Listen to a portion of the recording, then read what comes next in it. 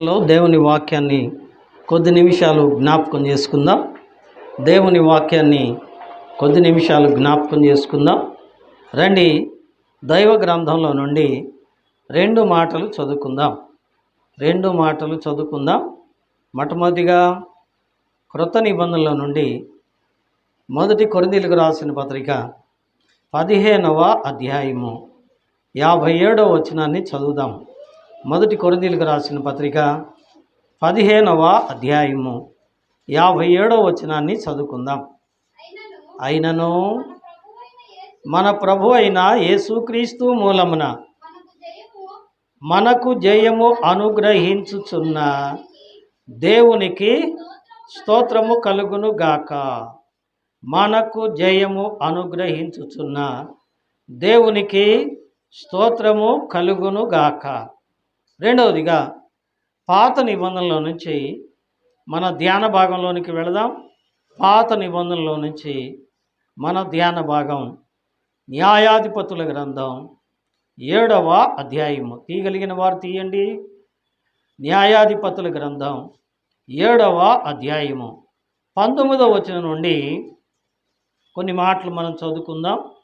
19వ వచనం నుండి 21వ వచనం వరకు. అట్లు నడిజాము మొదటి కావలి వారు ఉంచబడగానే గిద్యోనును అతనులో ఉన్న 100 మంది దండుపాళెము కొట్ట కొనకు పోయి బూరలను ఊది తమ చేతులలోని కుండలను పగలగొట్టిరి. అట్లు ఆ 3 గుంపుల వారు బూరలను ఊదుచు ఆ కుండలను పగలగొట్టి ఎడమ చేతులలో దివిటీలను, కుడి చేతులలో ఊదుటకు బూరలను పట్టుకొని యెహోవా ఖడ్గము, గిద్యోను ఖడ్గము అని కేకలు వేసిరి. వారిలో ప్రతివాడును తన చోటున దండు చుట్టూ నిలిచి ఉండగా ఆ దండు వారందరూ పరిగెత్తుచు కేకలు వేయిచు పారిపోయిరి. చాలు. దేవుడి లేఖన భాగమును మన కొరకై ఆశీర్వదించునుగాక. గడిచిన వారాల్లో గిద్యోనుని గురించి మనం కొన్ని విషయాలు చెప్పుకున్నాం. దేవుని చేతిలో ఉన్న యవల రొట్టె గిద్యోను అని మనం చెప్పుకున్నాం. యవల రొట్టె. అయితే ప్రియులారా, గిద్యోను యుద్ధంలో జయించాడు. ఎలా జయించాడు మనం చెప్పుకున్నాం. గిద్యోను నీవు యుద్ధానికి వెళ్ళమంటే దేవునితో అతను ఏం చెప్పాడండి? ప్రభువా, నా వంశంలో నేను తక్కువాణ్ణి, ఆ తర్వాత నా కుటుంబంలో నేను కనిష్ఠుడను, నేను చేతగాని వాడను, భయస్థుడను అన్నాడు. లేదు, నేను నిన్ను పంపుతున్నాను కనుక నువ్వు వెళ్ళి ఒక్క మనిషిని చంపినట్లు మిద్యానీయులందరినీ చంపుము అన్నాడు దేవుడు. అయితే గిద్యోను ఏం చేశాడు చెప్పండి? ఏమండి, దేవుణ్ణి పరీక్ష చేశాడు. ఏమని పరీక్ష చేశాడు? ప్రభువా, నేను గొర్రెబొచ్చు తెస్తాను, గొర్రెబొచ్చు తప్ప భూమి చుట్టూ మంచు పడేటట్టుగా చెయ్యి అన్నాడు. దేవుడు అలాగే చేశాడు. మరొకసారి పరీక్షిస్తాను, గొర్రెబొచ్చు మాత్రమే తడిచేటట్టు చుట్టూ పొడిగా ఉండేటట్టు చెయ్యి అన్నాడు. దేవుడు అలాగే చేశాడు. అప్పటికీ నమ్మలేదు కదండి, నమ్మలేదు. అందుకని ఏం చేశాడు? ప్రభువా, నాకు నమ్మకం కుదరట్లేదు అన్నాడు. అనుకొని ఏం చేశాడండి? యుద్ధానికి వెళ్ళడానికి ప్రయాణమై ఏం చేశాడు? ఇశ్రాయేల్ అందరిలో నుంచి 32,000 మందిని పోగేసుకొచ్చాడు.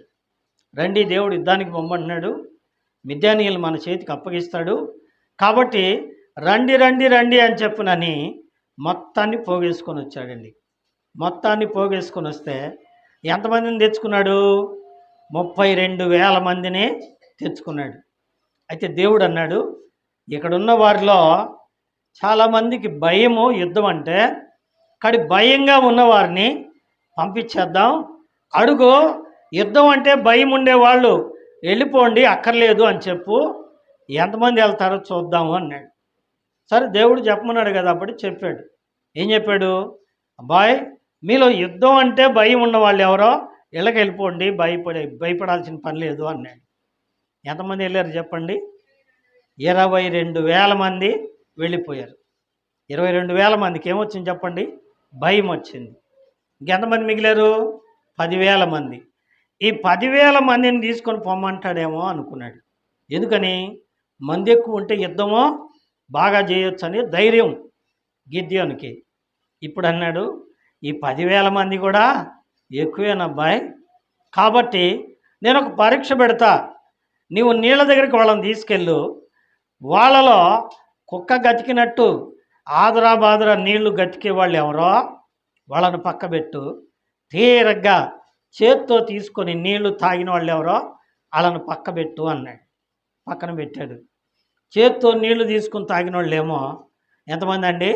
300 మంది. కుక్క గతికినట్టు పడి తొందరగా గతికిన వాళ్ళు ఎంతమంది అండి? 9,700 మంది. ఇప్పుడు ఏం చేయాలి?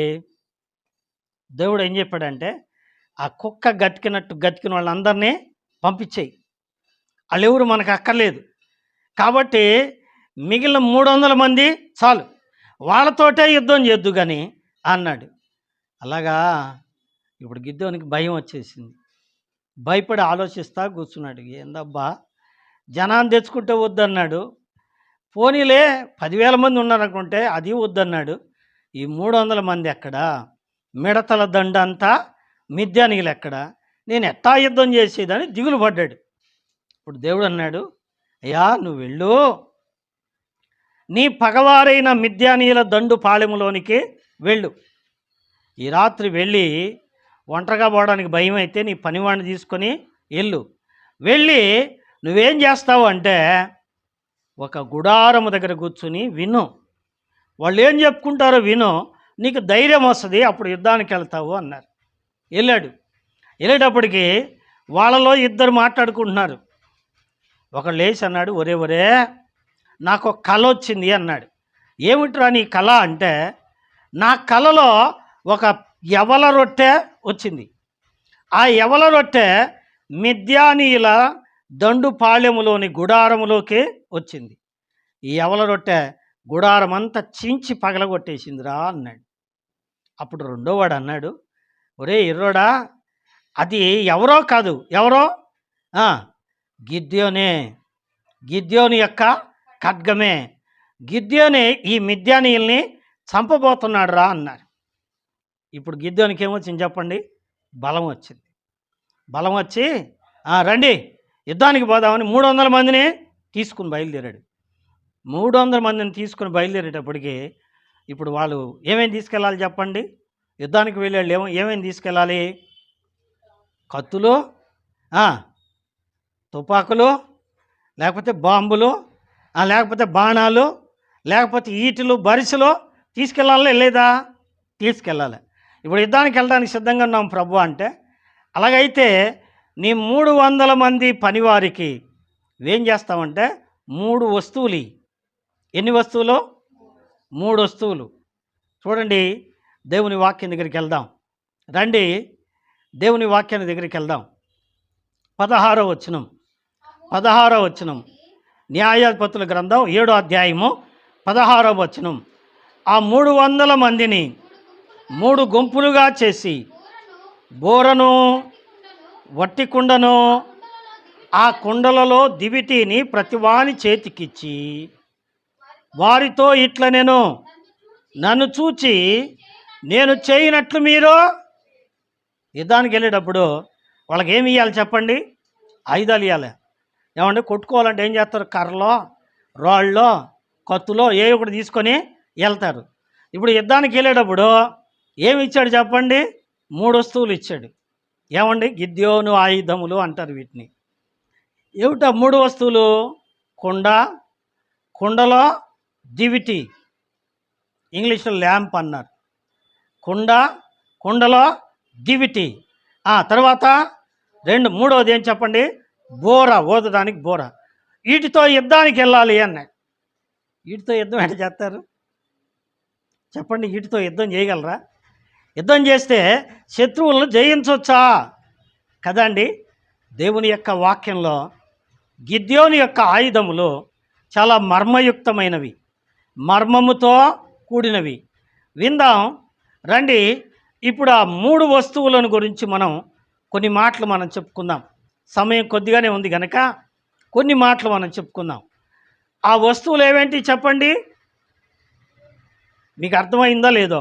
ఆ వస్తువులు ఏవేంటి చెప్పండి? 1 కుండ, 2 కుండలో దివిటి. కుండలో దివిటి బాగా గుర్తుపెట్టుకోండి. కుండ దివిటి కాదు, కుండలో దివిటి. 3వది బోర. ఈ 3 పట్టుకొని ఆయన అంటున్నాడు, నేను చేసినట్లు మీరు చేయండి. ఏం చేయమంటున్నాడు? నేను ఎట్టయితే చేశానో మీరు అట్లా చేయండి. చేస్తే దేవుడు మనకు విజయం ఇస్తాడు. ఏం చేస్తాడు ఆయన? నేను ఇప్పుడు దండు కొట్ట కొనకు వెళుతున్నాను. ఎక్కడికి వెళ్తున్నాడంట? దండు కొట్ట కొనకు. కొట్ట కొన అంటే పై కొన, చివరి కొన. ఏమండి? దండు కొట్ట కొన అంటే ఈ దండు, ఈ మిద్యానీయుల దండు అంటే సైన్యం. ఈ సైన్యం అంతా గుడారాలు వేసుకొని తెస్టేసుకొని కూర్చున్నారు. ఎక్కడ? కొండమాటున, ఓ పెద్ద కొండ దగ్గర వాళ్ళు కూర్చొని ఉన్నారు. గుడారాలు వేసుకొని సిద్ధంగా ఉన్నారు, వస్తే యుద్ధం చేసి అందరినీ చంపేయాలని. వాళ్ళ దగ్గర ఏమున్నాయి? కత్తులు ఉన్నాయి, బాణాలు ఉన్నాయి, బరిసెలు ఉన్నాయి, అన్నీ ఉన్నాయి. వీళ్ళ దగ్గర ఏమున్నాయి చెప్పండి? మళ్ళా కుండలో దివిటి, 3వది బోర. ఈ 3 తీసుకొని గిద్యోను గారు ఏం చేశాడండి? దండు కొట్ట కొనకు వెళ్ళాడు. ఎక్కడికి? దండు కొట్ట కొనకు, కొండ. ఇప్పుడు రండి, ఓ చిన్న మాట చదువుకుందాం. 61వ కీర్తన 2వ వాక్యం విందాం. కీర్తన గ్రంథం 61వ కీర్తన 61వ కీర్తన అండి, 2వ వాక్యం.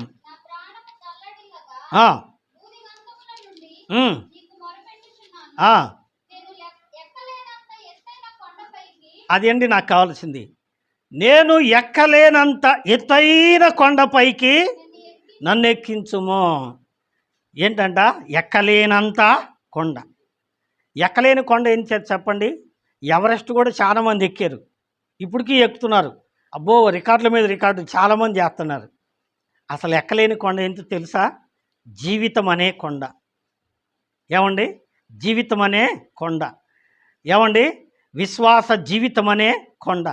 ఈ కొండ ఎక్కలేక, దీని జీవితాన్ని గెలవలేక, ఏమండి కొంతమంది అయితే పెళ్ళైన వాళ్ళు కాపురం అనే కొండ, కుటుంబం అనే కొండ కదండి.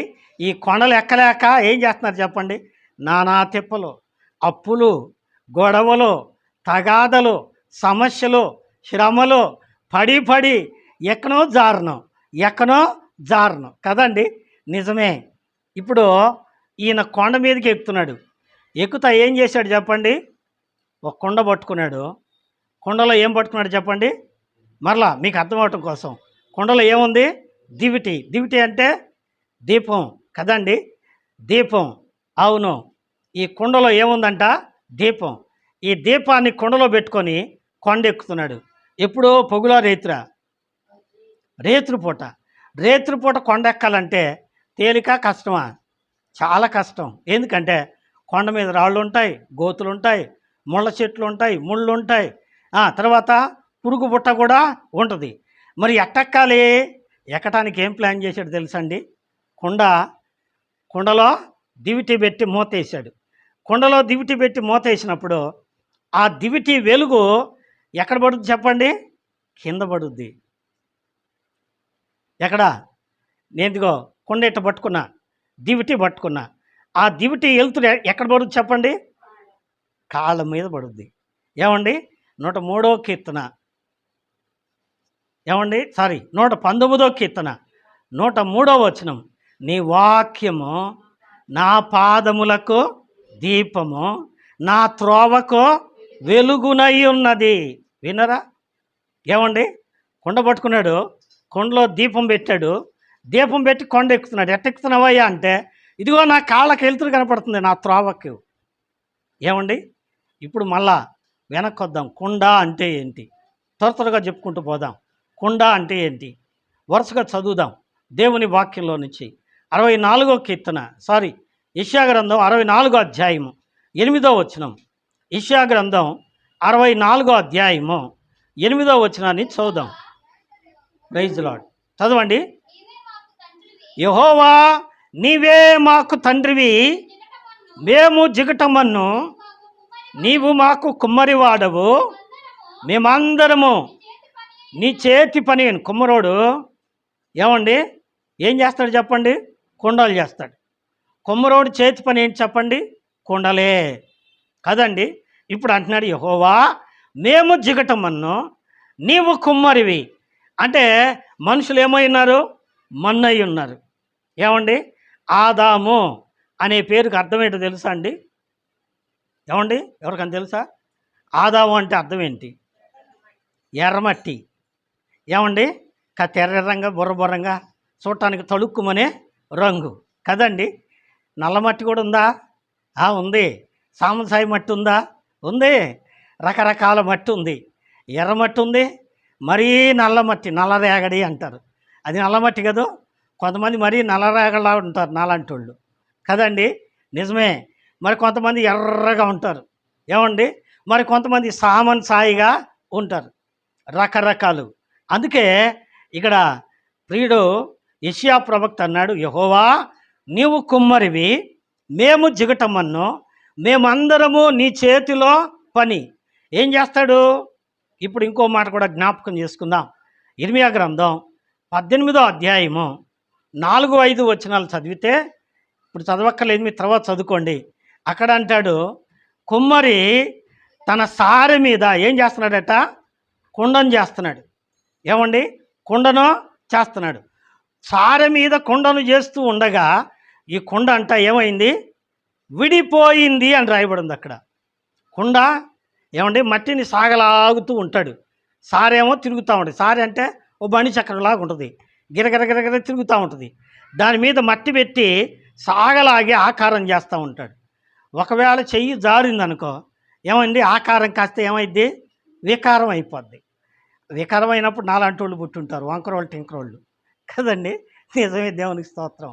ఇప్పుడు ప్రియులారా, ఆ యొక్క సాగలాగి కుండలు తయారు చేసే దేవుడు అంటున్నాడు, ఇశ్రాయేలీలారా మీరందరూ నా చేతి పని అయి ఉన్నారు, మీరు నా చేతిలో ఉన్నారు అంటాడు అక్కడ కదండి.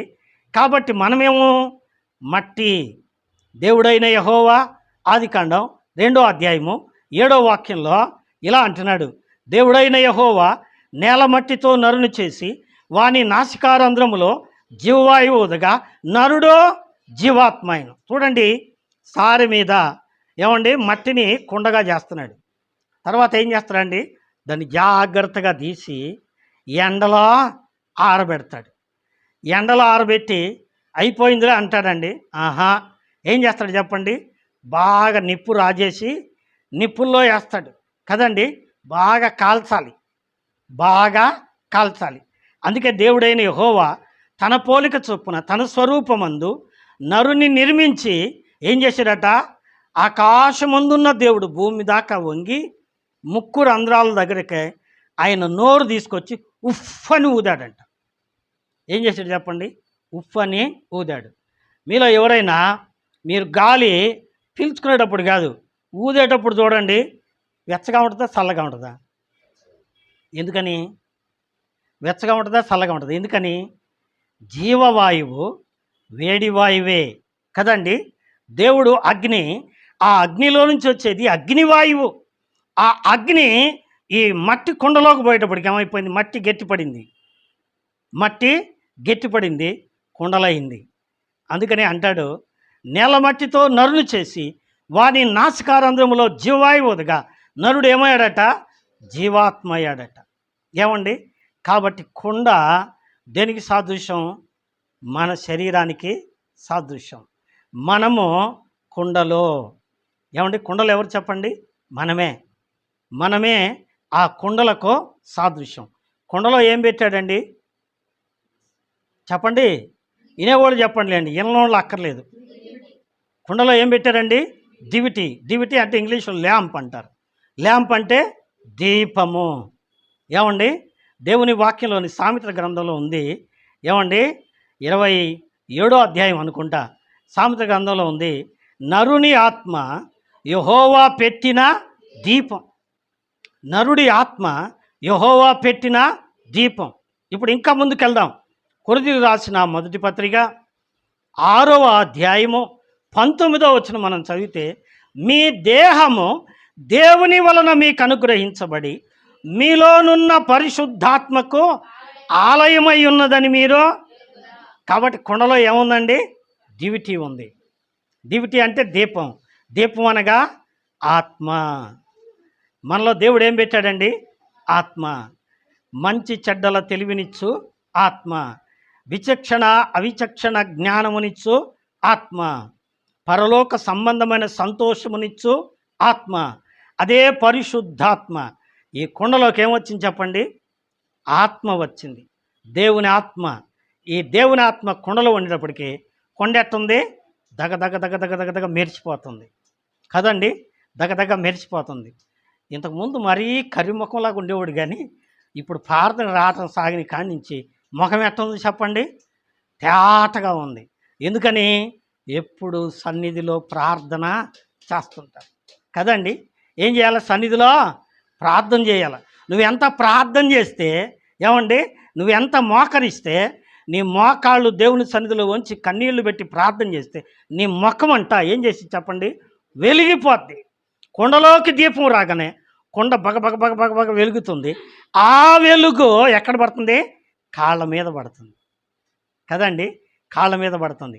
ఈ వెలుగులో ఏమండి మార్గం నడిచిపోతున్నాడు. అందుకే కీర్తనకారుడు పాడతాడు, నా దీపము వెలిగించువాడు ఆయనే.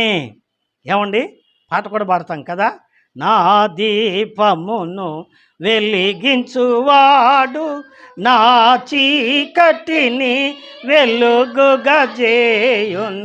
నా దీపమును వెలిగించువాడు నా చీకటిని వెలుగుగా. ఎలా రాసులను బలమైన, ఎలా రాసులను బలమైన చేతి వెలుపల చేసిన బలమైన దేవుడు, వెలుపల చేసిన బలమైన దేవుడు యెహోవా.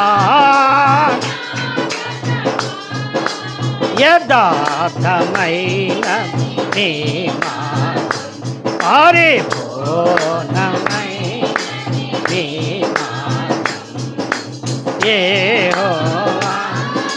Praise lord. కనుక ప్రియులరా, ఏం చేస్తున్నారో చెప్పండి? కొండ పట్టుకున్నాడు, కొండలో దీపం పెట్టాడు, ఆ దీపం వెలుగులో కొండ ఎక్కుతున్నాడు. ఈ స్నేహితురా సోదరి, మన జీవితం ఆ కొండ జాగ్రత్తగా ఎక్కాలంటే, కొండ అంటే ఏం చెప్పుకున్నామండి? మన బ్రతుకే. మన బ్రతుకు కొంతమందికి భారం, ఎక్కలేనంత ఎత్తైనా కొండ. ఈ బతుకెట్ట బతకాలా, ఈ కుటుంబాన్ని ఎడ చేయాలా, ఈ బిడ్డల్ని ఎడ చేయాలా, ఈ యొక్క సంసారం ఎడ చేయాలా, ఓ దిగులో కదండి. అవును, ఇవన్నీ గెలిచి పైకెక్కాలంటే ఏం కావాలి చెప్పండి? దేవుని వాక్యపు వెలుగుంటే, వాక్యపు వెలుగులో మనము ఎక్కగలం. ఇప్పుడు కొండ పైకి ఎక్కాడు, కొండ పైకి ఎక్కి ఏం చేశాడు చెప్పండి? ఆ కొండ పైకెక్కిన తర్వాత ఏమండి, ఆ కొండను భళ్ళున పగలగొట్టాడు. వినరా? కొండను మీరు ఆ వచనాలు చదువుకోండి, సమయం కొద్దిగా ఉంది, మనకు ముందు పని ఉంది, అందుకని చెప్పి నేను త్వరపడుతున్నా.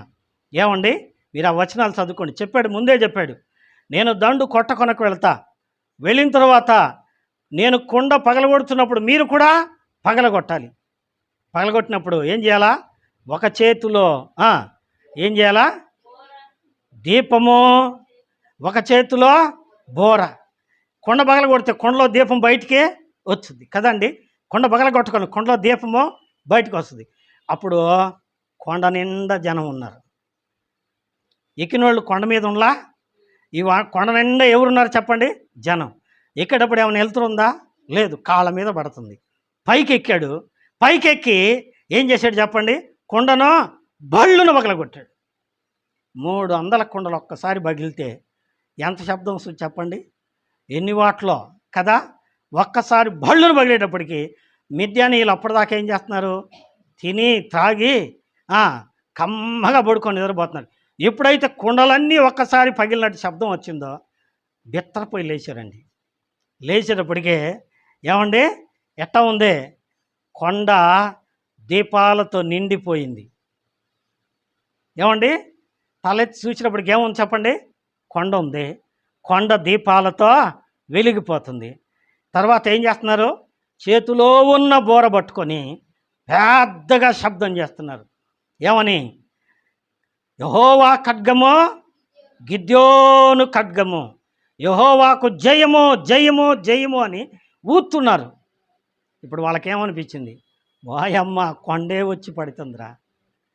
ఏమండి ఏమనిపిస్తుంది? కొండే రేత్రిపూట మంచి నిద్రలో ఉన్నారు. నిద్రలేసేటప్పటికి ఏమండి పెద్ద శబ్దం అయ్యేటప్పటికి నిద్రలేశారు. ఇప్పుడు కొండ చూసినప్పటికి ఎట్టుంది? కొండ నిండా దీపాలే వెలిగిపోతున్నాయి.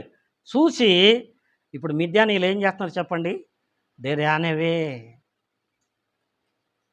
అంటే వాళ్ళు పరిగెత్తున్నారు. ఎందుకని? ఓయమ్మ కొండ వచ్చి పైన పడుతుంది, మనం ఏం చేద్దాం రా నాయన? అర్ధరాత్రి పూట కొండొచ్చి మీద పడితే మనం ఏమవుతాం? ఎందుకు అంటే వారి దేవుడైన యెహోవా కొండను మన మీద ఎత్తనాడు రా అని భయపడ్డారు కదండి. పరిగెత్తున్నారు వాళ్ళు. ఇప్పుడు వీళ్ళు ఏం చేస్తున్నారు? యెహోవా కొరకు గిద్యోను ఖడ్గము, యెహోవా కొరకు గిద్యోను ఖడ్గము, యెహోవాకు జయము అని ఏం చేస్తున్నారు చెప్పండి? ఎంట పడుతున్నారు. వాళ్ళు ముందు పోతున్నారు, వీళ్ళు వెనకాల వస్తున్నారు. జయ జయ ధ్వనులు చేసుకుంటూ వచ్చేటప్పటికి ఇక మనం తప్పించుకోలేమురా అనుకొని ఏం చేశారంట?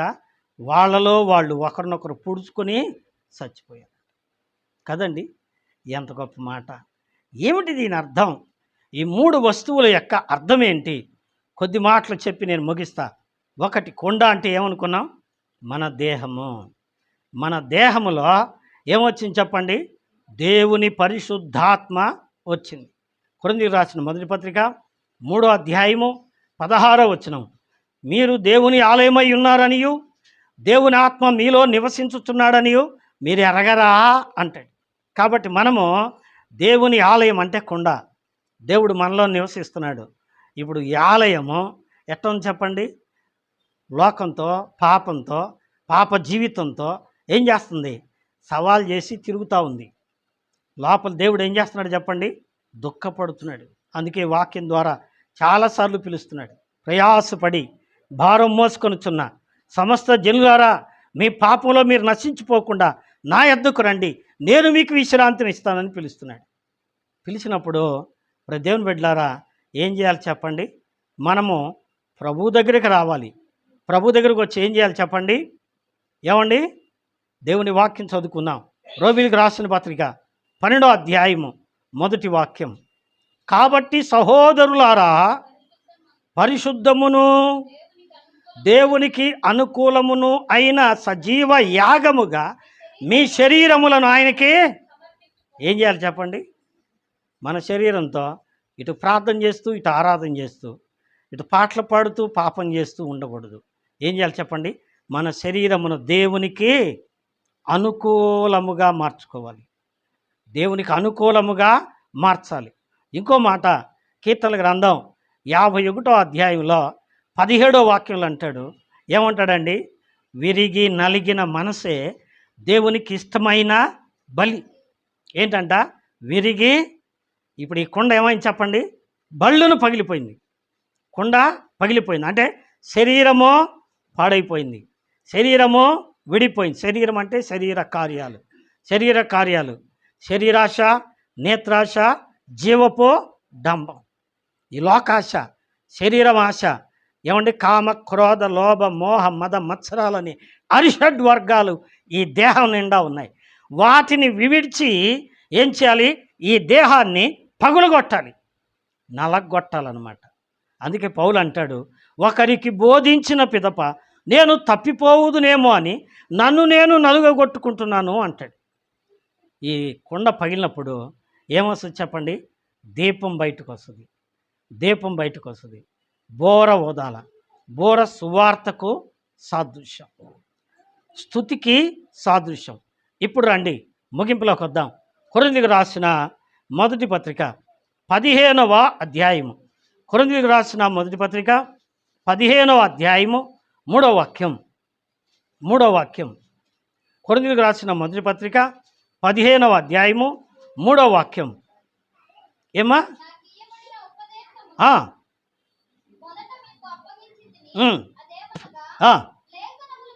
వినండి. లేఖనముల ప్రకారం క్రీస్తు మన పాపముల నిమిత్తమై మృతి పొందిన 1, సమాధి చేయబడిన 2, లేఖనముల ప్రకారము 3వ దినమున తిరిగి లేపబడిన. కొండ, దివిటి, బోర. క్రీస్తు మన పాపముల కొరకై చనిపోయెను, సమాధి చేయబడిను, 3వ దినమున తిరిగి లేపబడిన. యేసు క్రీస్తు శరీరం కదండి మన పాపముల కొరకై. వాక్యంలో ఉంది, మన అతిక్రమ క్రియల కొరకై అతడు గాయపరచబడెను, మన దోషముల కొరకై అతడు నలుగొట్టబడెను, మన సమాధానార్థమైన శిక్ష అతని మీద పడెను. నిజమే ప్రియులారా, సాతానును జయించాలి అంటే, పాపాన్ని జయించాలి అంటే ఏం చేయాలి చెప్పండి? మొదట మన శరీరాన్ని దేవుడికి సజీవ యాగముగా రెండవది ఏం చేయాలి? దాన్ని నలగొట్టుకోవాలి. కుండ పగలాలి. ఏమండి, ఇంతకుముందు ఆశపడ్డాం. ఏమండి, శరీరాశికి ఆశపడ్డాం, నేత్రాశికి ఆశపడ్డాం. త్రాగుడు అంటే, జూదం అంటే, వ్యభిచారం అంటే, ఇట్టి పాపాలన్నిటినీ విడిచి ఏం చేయాలి చెప్పండి?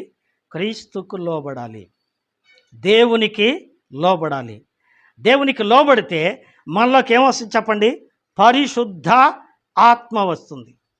క్రీస్తు మన పాపముల కొరకై చనిపోయాడు. ఏమండి, అందుకనే పేతురు రాసిన మొదటి పత్రిక 2వ అధ్యాయము 24వ వాక్యంలో మనం చదివితే ఏమండి, మన పాపముల నిమిత్తమై ఆయన మృతి పొందాడు. అందుకనే మనము పాపముల విషయమై చనిపోయి నీతి విషయమై జీవించినట్లు ఆయన తానే తన శరీరమందు మన పాపములను మాను మీద మోసుకొనెను. వినరా? మన పాపాలను మాను మీద మోసుకున్నట్ట. ఆయన శరీరం నలగొట్టబడింది, చీలలతో గుచ్చబడింది, గాయాలు చేయబడింది, జల్లెల్లాగా చేయబడింది. ఇప్పుడు ఆయన శరీరము భూమిలో పాతి పెట్టబడింది. తిరిగి లేచింది ఏంటి చెప్పండి? పరిశుద్ధ ఆత్మ. శరీరం పోయింది, పరిశుద్ధుడైన దేవుడు లేచాడు. ఇక ఆయన శరీరము ఏం చెప్పండి? ఈ భూలోక సంబంధమైన మట్టి శరీరము, మానవ సంబంధమైన పాప శరీరము కాదు. అది పరిశుద్ధ శరీరం, పరిశుద్ధాత్మ. ఏమండి, ఇప్పుడు బోర ఏంటి చెప్పండి? మన ప్రభు అయిన యేసుక్రీస్తు మూలమున మనకు జయము అనుగ్రహించుచున్న దేవుడు ఏం చేయబడాలి? స్తుతించబడాలి. ఎందుకని? ప్రకటన గ్రంథం 5వ అధ్యాయము 9వ వచనంలో మనం చదువుకుంటూ పోతే 9, 10 వచనాలు వాళ్ళట ఆ 24 పెద్దలు ఇలా అంటున్నాడు, యోగ్యుడవయ్యా, నీవు నీ రక్తం ఇచ్చి ప్రతి వంశములోను ప్రతి ప్రజల్లోనూ దేవునికి ఒక రాజ్యముగా మమ్మను చేసావయ్యా, మమ్మను రాజ్యంగా చేసావు, అందుకే నీకు స్తోత్రమయ్యా అని వారు స్తుతిస్తున్నారు కదండి.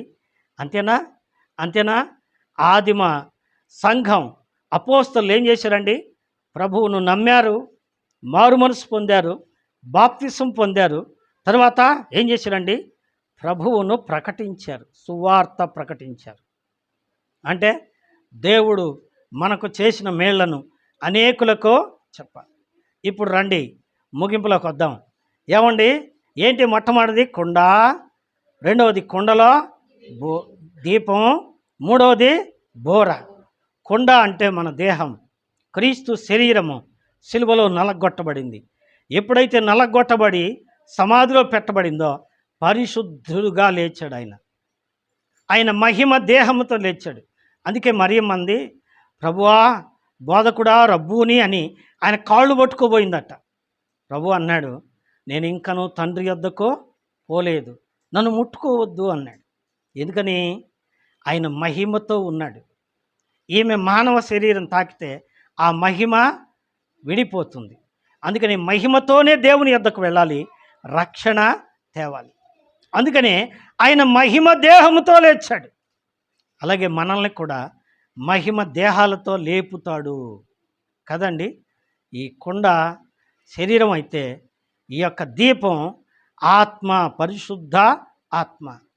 అందుకని మనల్ని ప్రభువులో నమ్మకం ఉంచి, అంటే విశ్వసించి ప్రభువును నమ్మి బాప్తిసం పొందిన తర్వాత ఏమంటారు చెప్పండి? మనల్ని ఏమంటారండి? ఏమంటారు? పరిశుద్ధులు అంటారు. ఎక్కడి నుంచి వచ్చింది పరిశుద్ధత? ఒకప్పుడు అబద్ధాలు ఆడినోడే, ఒకప్పుడు బూతులు తిట్టినోడే, ఒకప్పుడు సుట్టల వీడిలో తాగినోడే. ఏమిటి పరిశుద్ధత అంటే ప్రభువును హృదయంలోకి చేర్చుకున్నాడు. కుండలోకి ఏమొచ్చింది చెప్పండి? ప్రభు వచ్చాడు. ఆ ప్రభు కుండలోకి వచ్చినప్పటికీ కుండ పరిశుద్ధం అయిపోయింది, కుండ వెలిగిపోతుంది. పట్టుకోగలరా ఆ కుండని? కొండెట్ట పట్టుకొని దివిటి లోపల పెడితే ఈ చెయ్యి ఏమైంది చెప్పండి? కాలిపోతూ ఉంటుంది. ఎందుకంటే కుండ వేడెక్కిద్ది కదండి, కుండ వేడెక్కిద్ది. అప్పుడు పగిలిన వెంటనే ఈ దివిటి వెలుగు అందరికీ. అందుకని ప్రభు అన్నారు, ఏమన్నారు? మత్తయి సువార్త 5వ అధ్యాయము 14వ వచనం అనుకుంటా, 16వ వచనం, మీరు లోకమునకు వెలుగై ఉన్నారు. ఇప్పుడు ఈ దీపాలు ఎవరు చెప్పండి? మనమే. మన కుండలు పగిలిపోయినాయి, దీపాలు వెలుగుతున్నాయి. ఇప్పుడు ప్రభువు చెప్పినట్టు ఏమన్నాడు? మీరు సర్వలోకమునకు వెళ్ళి సర్వ సృష్టికి సువార్తను ప్రకటించండి. ప్రకటిస్తున్నాం కదండి. ఎప్పుడైతే ప్రకటిస్తున్నామో ప్రభు అన్నాడు, నేనుండు చోటున మీరుండులాగిన నేనొచ్చి మిమ్మల్ని తీసుకెళ్తానన్న. అనక తండ్రి రాజ్యములో ఉండేటట్టుగా మనకు వాగ్దానం ఆయన ఇచ్చాడు. ఇప్పుడు ఇది దేని మీద జయం? పాపం మీద జయం, సాతాను మీద జయం. ఇప్పుడు చదవండి, యాకోబు రాసిన పత్రిక 4వ అధ్యాయము 7వ వాక్యం విందాం. యాకోబు రాసిన పత్రిక 4వ అధ్యాయము 7వ వాక్యం. ఏం చదువుతాము అక్కడ? ఏం చదువుతాము అంటే, కాబట్టి మీరు దేవునికి లోబడి ఉండుడి, అపవాదిని ఎదిరించుడి, అప్పుడు వాడు మీ యొద్ద నుండి పారి. వినరా? దేవునికి లోబడితే, పాపం ఒప్పుకుంటే, మారు మనసు పొందితే, బాప్తిసం పొందితే, రక్షింపబడితే సాతానుడు ఏం చేస్తాడు? ఇరానవే పరిగెత్తుతాడు నీ కాడి నుంచి. ఇప్పుడు మిద్దానీయులు ఏం చేస్తున్నారు? వాళ్ళు ఏం బాణాలు వేయలా, వాళ్ళు ఏం బాంబులో వేయలా. ఏం చేస్తున్నారు చెప్పండి? బోరలు ఊదుతున్నారు, దివిటి పట్టుకున్నారు. ఒక చేతిలో ఏముంది? దివిటి దీపం ఉంది, ఒక చేతిలో బోర ఉంది. ఈ బోర ఊది నోటితో అంటున్నారు ఏమని? యెహోవా ఖడ్గము, గిద్యోను ఖడ్గము, యెహోవాకు జయము అని కేకలేసినప్పటికీ మిద్యానీయులకి ఏమొచ్చింది చెప్పండి? గుండె పగిలిపోయింది. సాతాను భయపడి ఏం చేస్తున్నాడు చెప్పండి? పారిపోను. దేవునికి లోబడి ఉండుడి, అపవాదిని ఎదిరించుడి, అప్పుడు వాడు మీ యొద్ద నుండి పారిపో. కష్టాలు పోతాయి, శ్రమలు పోతాయి, ఇబ్బందులు పోతాయి. వాయ్ అబ్బాయి ఈ సంసారం ఎట్ట చేయాలని బొగ్గ మీద చేసి పెట్టుకోవాల్సిన అవసరమో లేదు. నీ కుటుంబాన్ని బాగు చేసేవాడు నీ దేవుడు. నీ దేవుడు నీతో ఉంటే ఏమండి? నీ భారము యెహోవా మీద మోపుము, ఆయనే నిన్ను ఆదుకొనును. వాక్యం ఉంది కదా. అంతేకాదు పేతురు రాసిన పత్రికలో ఉంది, ఆయన మిమ్మును గూర్చి చింతించుచున్నాడు. అంటే అర్థం ఏంటి? He has straightly concentrated on you. ఆయన నీ మీదనే ధ్యాస పెట్టాడు. నువ్వు భయపడాల్సిన పని లేదు. నీకేది అవసరమో, నీకేది కష్టమో, నీకేది ఇబ్బందో, నిన్ను మోసం చేయాలని ఎంతమంది చూస్తున్నారు? వాళ్ళందరినీ ఆయన చూస్తున్నాడు. ఎవరు చూస్తున్నాడు? ప్రభువు చూస్తున్నాడు. విడిచిపెడతాడా? నిన్ను విడిచిపెడతాడా? కాపాడకుండా ఊరుకుంటాడా? లేదు కదా. నిజమే. నీ మీదికి వచ్చిన సాతాను వాడు పరిగెత్తాల్సిందే కదండి. ఎంత గొప్ప మాట. ఒకటి కుండ క్రీస్తు ప్రభువారి యొక్క శరీరం శిలువ మీద పగలగొట్టబడింది.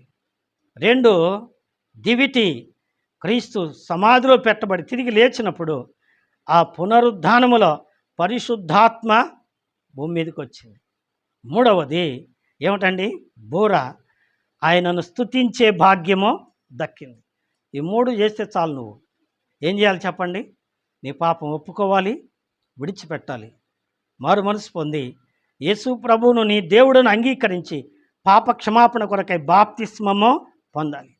ఎప్పుడు నువ్వు అలా బాప్తిస్మం పొంది ప్రభువును ఆరాధిస్తావో, బోర ఊదటం, స్తుతిస్తావో, ఎప్పుడు అలా చేస్తావో సాతానుడు ఏం చేస్తాడు చెప్పండి?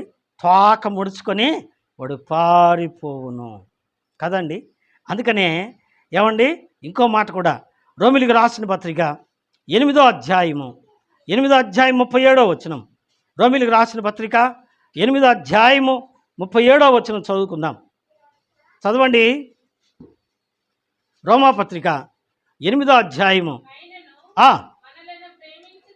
మనలను ప్రేమించిన వాని ద్వారా మనము వీటి అన్నిటిలో అత్యధిక విజయము పొందుతున్నాము. ఏందో కష్టపడుతున్నాము చదవటానికి. ఆయనను మన ప్రభు అయిన యేసుక్రీస్తు ద్వారా వీటన్నిటిలో ఏంటి అయ్యి అక్కడ వరుసగా రాయబడి ఉన్నాయి. కరువైనా, ఖడ్గమైనా, సాతానైనా, ఇబ్బందులైనా, బాధలైనా, శ్రమలైనా, శోధనలైనా నువ్వేం దిగులు పడాల్సిన పని లేదు. ప్రభువా అంటే చాలు, నిన్ను ఆదుకోవడానికి ఆయన సిద్ధంగా ఉన్నాయి కదండి. అన్నిటి మీద ఏమండి భయపడాల్సిన పని లేదు. నిజమే, నేను ఇంతకుముందు మీకు చెప్తూ వచ్చా, మీరందరూ ఇప్పుడు అనుభవిస్తున్న రోగాలు నాకు ముందే వస్తున్నాయి కదండి. కదా, నిజమే. నిత్యము నా కాళ్ళు పగిలే ఉంటాయి, నడవనీయవు, అయినా పని చేస్తూనే ఉన్న దేవుని పని కదండి. భయంకరంగా నెమ్మొచ్చింది గత సంవత్సరం, మీకు గుర్తుంది. ఇప్పుడు మీలో కొంతమందికి ఆ ఛాయలు కనపడుతున్నాయి. అది అనుభవించాను. దేవుడు నన్ను గెలిపించడం లేదా? నిజమే, నిన్ను కూడా గెలిపిస్తాడు. భయపడవద్దు, దేవుడు నీకు తోడుగా ఉంటాడు. దిగులు పడద్దు, దేవుడు నిన్ను ఆదుకుంటాడు, ఆశీర్వదిస్తాడు. ఆయనను మన ప్రభు అయిన యేసుక్రీస్తు మూలమున మనకు జయము అనుగ్రహించిన దేవునికి ఏం చేయాలా? స్తోత్రం చేయాలి. అయ్యా, నేను గెలవలేనయ్యా, నా రోగాలు నువ్వే తీసేసావు, నా అప్పులు నువ్వే తీసేసావు, నా కష్టాలు నువ్వే తీసేసావు, నా బిడ్డలను నువ్వే కాపాడావు. నువ్వు లేకపోతే నేను ఏమైపోయేదన్నా. అయ్యా, నీకు వందనాలు. ఇదే ఆరాధన. ప్రభు చేసిన మేళను బట్టి వాళ్ళు అనగా గిద్యోను ఏం చేస్తున్నాడు చెప్పండి? ప్రభువుకు స్తోత్రము చెల్లిస్తున్నాడు. నిజమే ప్రియులారా. ఏంటి చెప్పండి? మళ్ళా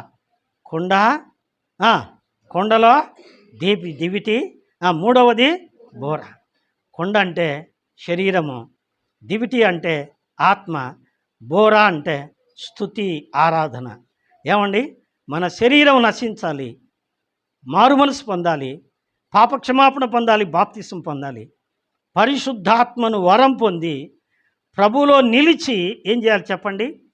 పరిశుద్ధాత్మను వరం రావాలంటే క్రీస్తు యేసు నామంలో బాప్తిసం పొందితే కానీ పరిశుద్ధాత్మ రాదు.